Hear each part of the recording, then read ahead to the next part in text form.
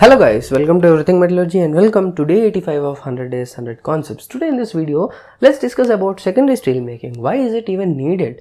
If we are actually refining in primary steel making, LD converters and all, why do we actually bother about the secondary steel making? That's what we are going to discuss.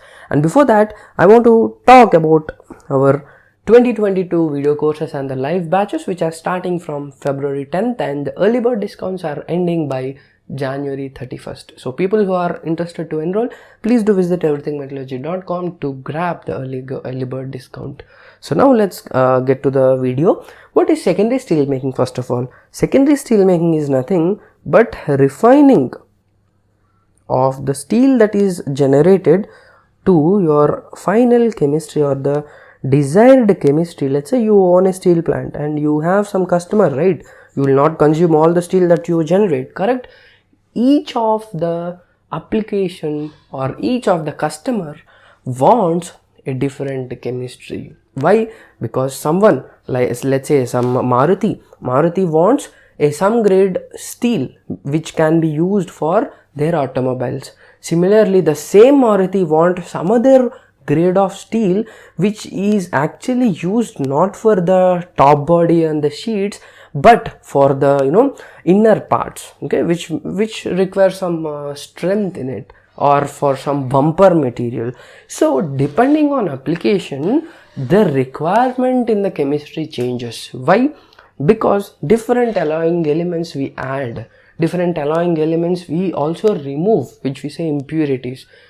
Different applications need them to be in desired quantities. That desired quantity, that desired chemistry is actually adjusted in my secondary steel making techniques. Usually all these are used in ladle furnaces, okay, which we say ladle heating furnaces, LHF or LF. So what we do usually from primary steel making, what do we get? We get a steel. Of course we may have 98-99% Fe. Okay, that's not a problem. All the carbon is in limit, but the main problem is with the desired chemistry, the final chemistry. So what we do, number one, addition of alloying elements, correct? Again, it depends on the grade that you are choosing. Different alloying element impart some property to the steel, okay? So depending on the property that you are aiming, you add the alloying element, and this can be done either in ladle furnace or these can also be added while tapping, okay, which we say tapping additions. Okay, you just provide a chute and the hopper so that there will be some time that will be saved, okay? So that is addition of alloying elements. Number two is what? Homogenization. Okay, you are anyway adding all these tapping additions, alloying elements, and you are tapping these steel coming from the LD converter into your ladle. But if you are actually not homogenizing, what is homogenization? Homogenization actually gives you a uniform chemistry, a uniform temperature throughout the ladle, right? So let's say we have a ladle, okay, this is my ladle. So for that, what we need to do, you need to stir it. So let's say steel, so this is nothing but your vessel on a stove, okay? Let's see, you are making some sweet, you added a sugar or jaggery. If you are not mixing it well, what happens?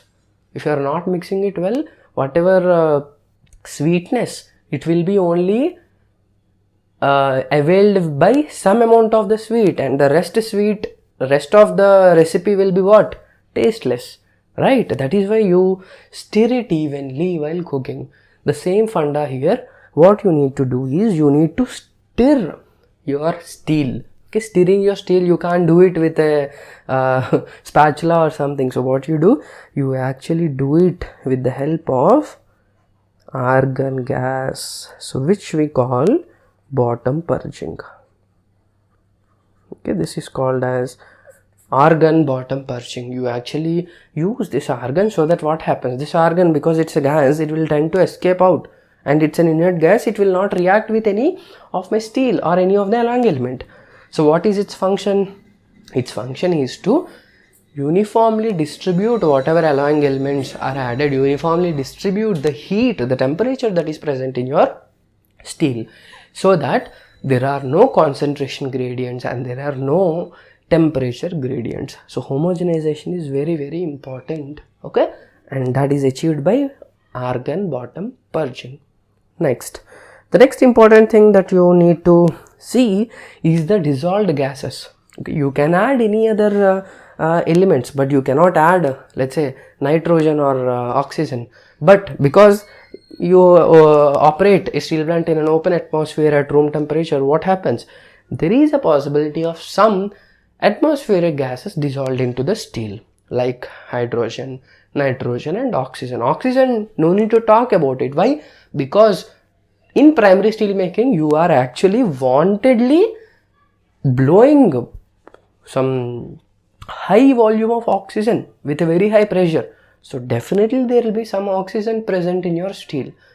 And similarly, some other gases coming from atmosphere like nitrogen and hydrogen. But these are detrimental. You don't want these elements, you don't want these gases to stay in your steel. Why? Because these impair mechanical properties. Simple. Oxygen will reduce DBDT like anything, ductile brittle transition temperature. Okay, oxygen, even if at very low temperature, very low ppm, it can inhibit brittle nature to steel. We don't want it, right? We want a good ductile material so that it is not failing in any application. Correct? For that reason, what we do? We actually perform deoxidation. What we do here? We add some other elements like ferroalloys, FeSi, which are actually more affined or which has more affinity towards my oxygen. So what it does? The silicon will take away, the silicon will eat away all the oxygen and forms SaO2, and this SaO2 can neatly go and separate into slag. So whatever oxygen that you whatever oxygen that is trapped in your steel, that can be removed out by adding these FeSi or aluminium, etc. We call this process as killing. Killing of steel is nothing but removal of oxygen. Okay, what about the other thing? Degassing the remaining gases like nitrogen, hydrogen. We use vacuum. Okay, why? Because let's say dissolved hydrogen converting to H2 gas. So from Le Chatelier principle, low pressure will actually favor this forward reaction. Correct? Because 0 moles of gas to 1 mole of gas. On decreasing pressure, the reaction will move from less number of moles of gas towards a high number of moles of a gas. Right? So similarly, same case with nitrogen. So we have some techniques like stream degassing, ladle to ladle degassing, but one of the famous is RH degasser. Okay, where you have a small cylindrical vacuum chamber and you recirculate the steel. Okay, so what happens when it is actually in vacuum chamber? The nitrogen or hydrogen gas will be separated out and pure steel will come down into the ladle. Okay, but there should be one doubt for you. Sir, you said oxygen is also gas, nitrogen and hydrogen are also gases, but why not oxygen coming in the same vacuum process? Why you are doing this deoxidation? Why you are performing this deoxidation in a separate route? It's because oxygen cannot be removed out as molecular form. If you see, you have this hydrogen H2 or nitrogen N2 gas, molecular gas can be generated, but it's not the case with oxygen. Why? Because this oxygen is very notorious, it won't stay alone. It will always react with some iron, silicon, aluminium, and they form some inclusions. Okay, Al2O3 inclusions. That is the reason why oxygen cannot be removed as molecular form. But you need to take care about those inclusions which I said. That's why last and important thing is inclusion engineering. Okay, inclusion modification or inclusion engineering. Mainly you deal with Al2O3 and MNS. Al2O3, as I said, it forms from this, and MNS, if more sulfur content is present, to avoid something called as hot shortness, we add more manganese, okay, in the alloying addition. So there is a formation of MNS, and these MNS are basically called as stringer defects. What is stringer defect? Stringer defect is nothing but when you are rolling the steel, the defect will also roll and elongate in the same direction. So you have more stress concentration sites, more stress risers in your steel sample, which will actually result in breaking of the steel. Same with Al2O3. Al2O3 is one of the most brittle material, correct? So it will easily crack when you are using in some application. So inclusion modification is basically done with the help of calcium wire injections or calcium powder, KSI powder, which we say calcium silicon powder, is used, right?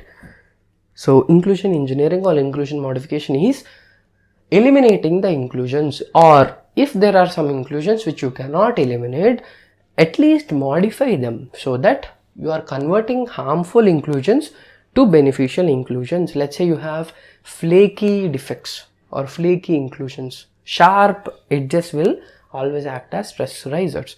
So if you are converting them into globular shapes, which are spheres, you can easily use them for ductility. Similarly, macro and micro inclusions, we say macro are very large size, which will actually impart the mechanical properties. So what you need to do, you need to change the macro inclusions to micro inclusions, which are less than 100 micrometer size. Okay, so this is called inclusion modification. So these many functions, and all these are not done in primary steel making. That is why you need to spend extra time and extra money in order to deal with everything. Because if someone is not removing oxygen and they are doing some car with the steel that you supply, what will happen? It will just break, it will just crack down, and customers don't want it, people won't want it, correct? That is the reason why all these are necessary steps in order to control and have good quality steels, which we say clean steels, right?